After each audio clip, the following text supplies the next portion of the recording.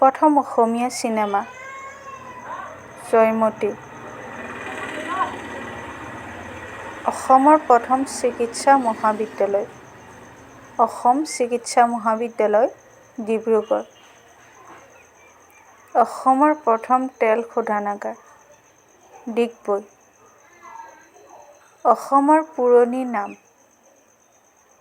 প্ৰাগজ্যোতিষপুৰ।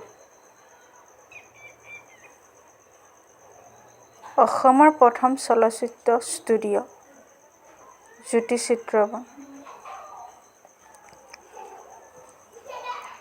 ব্ৰহ্মপুত্ৰৰ ওপৰত হোৱা প্ৰথমখন দলং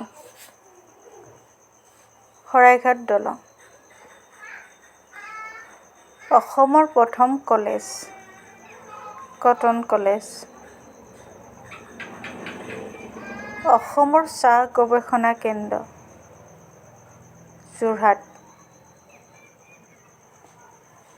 অসম সাহিত্য সভাৰ মুখ্য কাৰ্যালয় যোৰহাট।